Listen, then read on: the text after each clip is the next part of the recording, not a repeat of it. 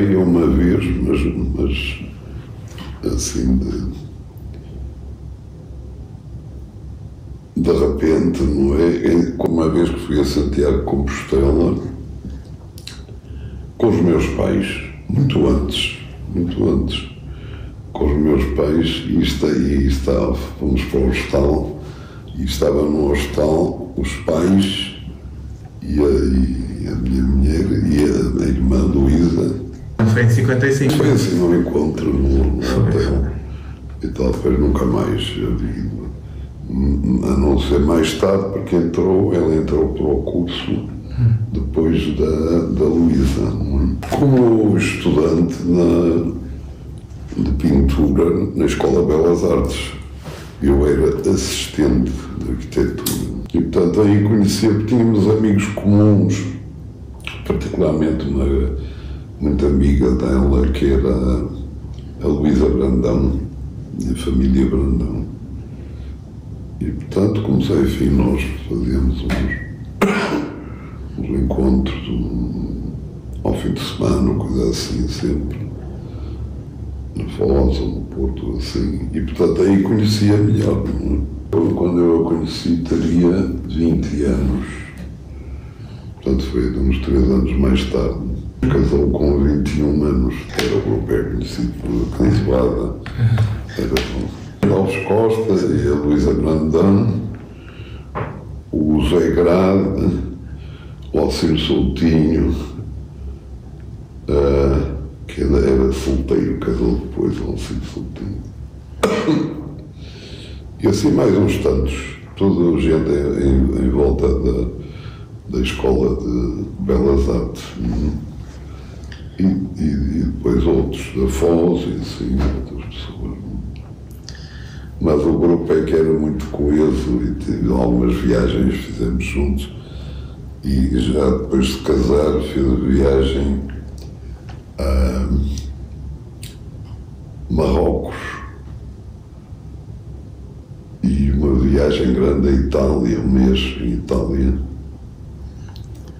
que me lembro dessa, e a Paris também.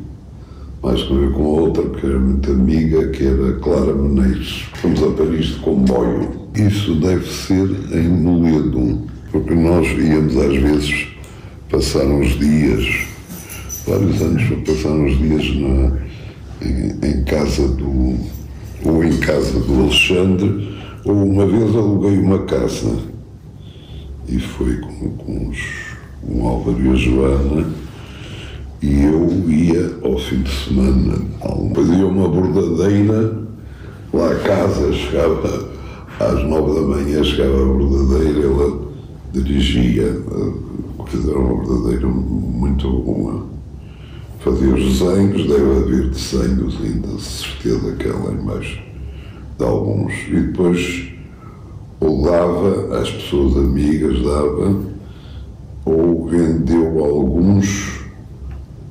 na expressão da árvore, da cooperativa árvore. E isto é que é o primeiro quadro que vendeu, foi na exposição magna da Escola de Belas Artes. Estava muito satisfeita com terem-lhe comprado um quadro e tal, mas antes, numa ocasião, Carlos Ramos, que era muito interessado na relação entre as artes, tanto que organizou uma nova disciplina no currículo, que era a integração das artes, onde se trabalhava com um pintor, um escultor. Bem, e fez um desenho muito bonito que eu não sei onde está, não consegui encontrá-lo. Um desenho que era um anjo, mas era realmente muito bonito, com as asas e tal. E o Carlos Ramos chamou, que era o diretor da escola, não é? Mas chamou-a e fez um grande elogio ao desenho e disse: continua a trabalhar e tal, porque tens um grande futuro e tal. E ela ficou, claro, muito... porque as reações na pintura não eram todas boas, porque ela sempre trabalhou figurativo, nunca trabalhou no abstrato, E na altura o que estava na berra era o abstrato. De maneira que eu lembro-me de falar com um professor de pintura, e porque ela ficou triste porque não escolheram para uma dessas coleções magnas, exposições magnas, não escolheram nada dela. E falei com o professor e tal, vocês não escolheram e tal. E ele disse, não, é que saía do ambiente da exposição. E eu disse, era muito melhor, com certeza. Mas eu gostava a dar era o abstrato. E eu antes vivi na Rua da Friagem, que agora é a Rua Marcos da Silva, onde havia um prédio feito pelo Matos Ferreira. E fomos para lá, mas depois e era bom o andar. Quem vivia lá já por cima era o Rolando e a Cipriana. Já lá estavam a viver. Depois começou a chover, o Matos Ferreira era muito gozão, então começou a chover, porque em cima o Rolando tinha um terraço. Eu disse ao Matos Ferreira, que era muito amigo, é preciso arranjar isto, está a chover lá em casa, então. Mas ele gozava com aquilo e nunca mais fez nada, até que um dia já chovia sobre a cama. E nessa altura eu desisti e fui para uma zona nova, país acabados de construir, mas muito fora de mão. Bom, e aquilo era muito triste porque era uma zona nova, onde não conhecíamos ninguém, e na Rua da Friagem, muitas noites havia serão em minha casa e com uma cancelada. Portanto, era muito movimentado e tal. Eu dia muitas grandes amigas, a Cipriana e a Luísa Brandão, e a casoada toda, não é? E ali não ia ninguém, porque a maioria nem tinha automóvel. Eu próprio, julgo que ainda não tinha automóvel. Mas é que não ia ninguém, era de autocarro, assim, já a periferia. E ao fim de, sei lá, entretanto, nasceu a Joana. Nós mudamos na altura em que nasceu a Joana. 64. E, portanto, ela sem meio transporte, é só autocarro e tal, e ao fim de, sei lá, 2 meses, uma coisa assim, disse-me, não posso ficar aqui, isto é impossível, tens que arranjar outro sítio, não. E na altura, alguns, entre eles o Rolando e o Soutinho, foram para o Luso, que é do Loureiro, mas que realmente era uma coisa nova, bom, tinha porteiro, tinha em frente a confeitaria, o café e tal. E eu lá fui ver aquilo e tal, mas custava 1,100 e portanto era muito preocupante. E disse, é muito caro e tal, nós estamos a pagar no outro 750. Bem, isto há muito tempo, não aconteceu, era uma renda já, enfim, não era para todos. Mas, pronto, ante a insistência, senti que tinha mesmo que mudar e mudamos ao fim de uns 2 meses. Outra vez tudo, mobília e tal. E realmente ali já havia muita gente amiga e, portanto, a ida com as crianças para um parque já era em grupo, era a casoada feminina, não é?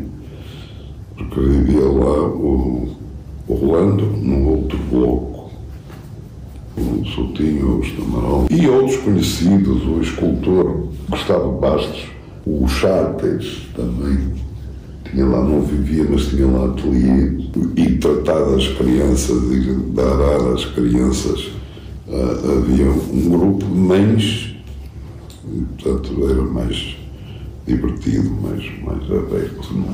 A família era muito rica.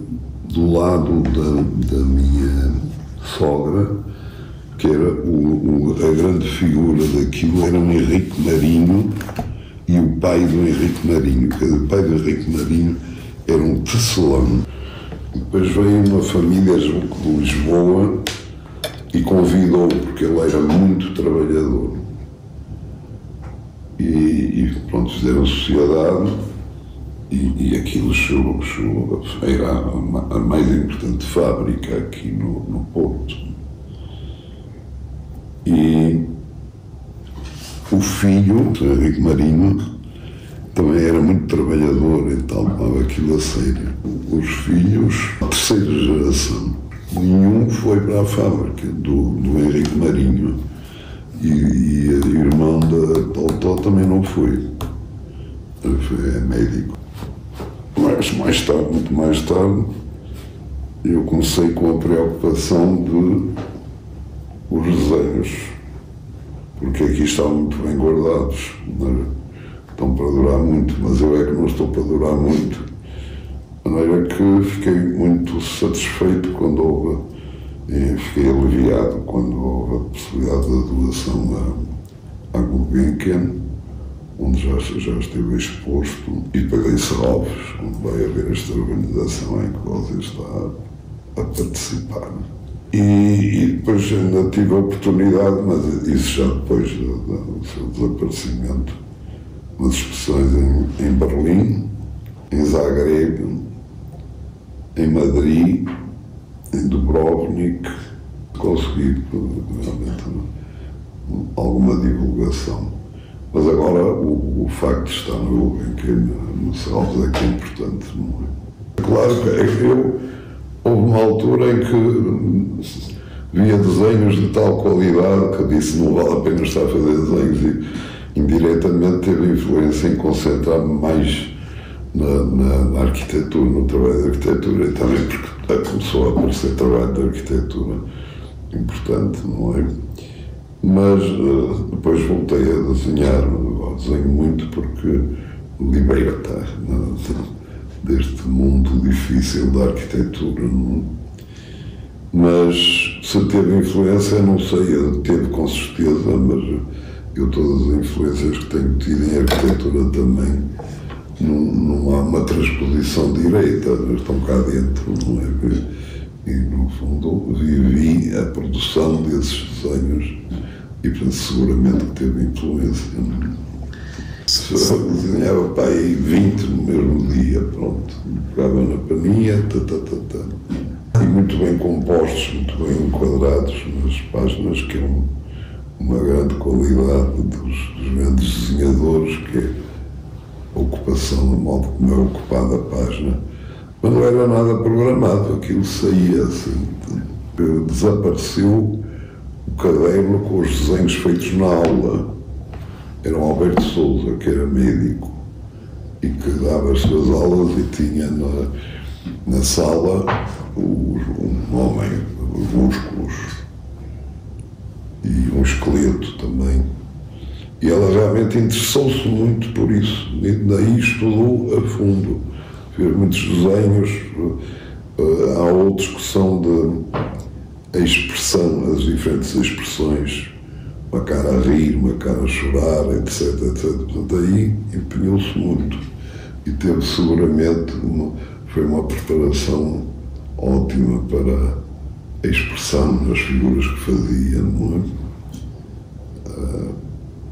é? E também os corpos. A gente vê o desenho feito assim, numa linha rapidíssima, e vê músculos, ossos e expressões, a relação entre tudo isso. Isso aí foi uma aprendizagem muito, muito empenhada. Eu tinha um caderno onde tinha esses exercícios feitos na aula, não é? E nos pés e nas mãos vê-se claramente o profundo conhecimento anatómico. Foi muito importante na aprendizagem dela, foi o Augusto Gomes. Embora isso não se veja reproduzido, não tem direta influência nos desenhos, mas o Augusto Gomes tratava com muito cuidado nas aulas e tal. E o impulso grande de convicção, de autoconvicção, deu o Carlos Ramos com essa intervenção que fez.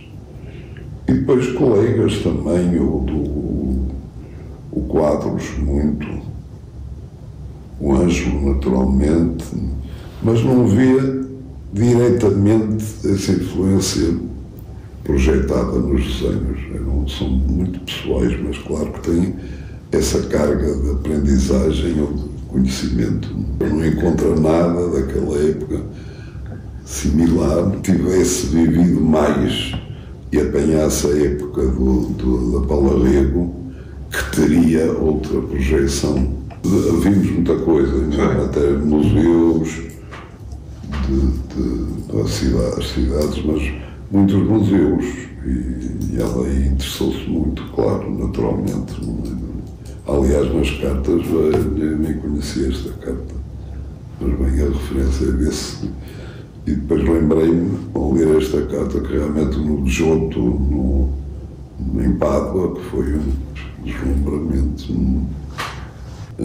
Daí não ia acanzoada, era de professores da Escola de Belas Artes.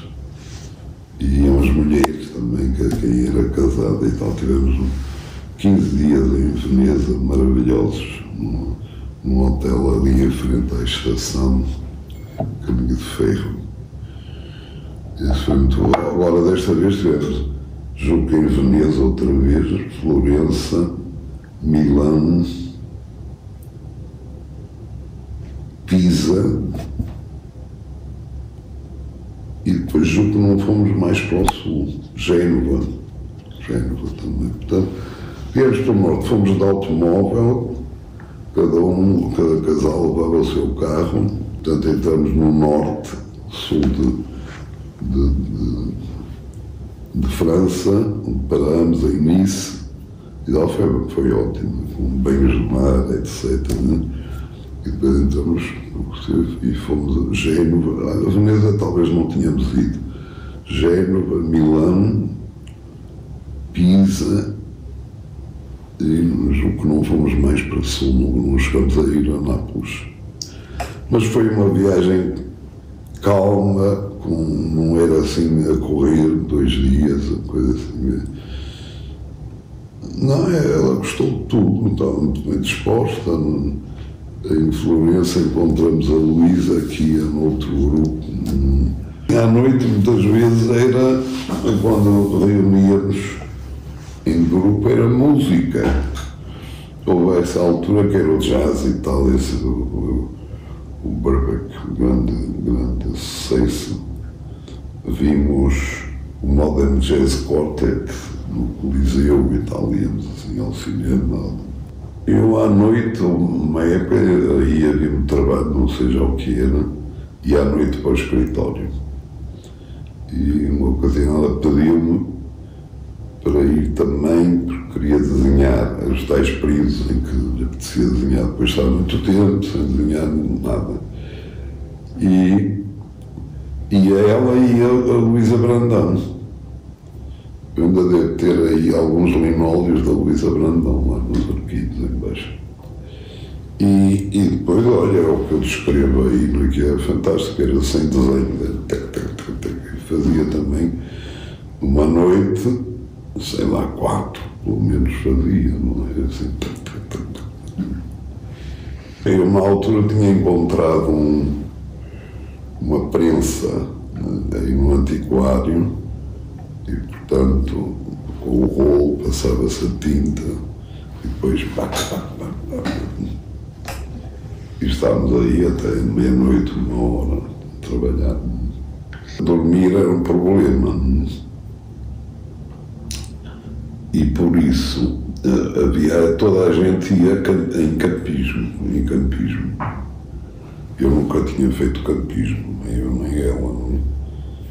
é que eu estava a pensar como é que havia de fazer, porque o campismo tem logo aquela coisa de fazer, montar a barraca e tirar a barraca, não é? E toda a gente ia por causa das finanças em campismo. E eu então, como eu já tinha nessa altura, tinha um carro, o pior carro da minha vida, que era um Fiat 850, tremendo. E resolvi ir no Fiat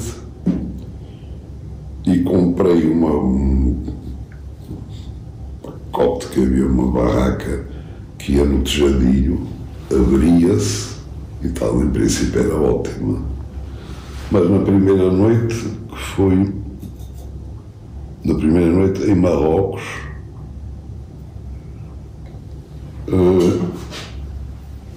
era um parque de campismo assim fora de como é que se chama a cidade? A cidade aberta, Tanger, fora de Tanger, tal,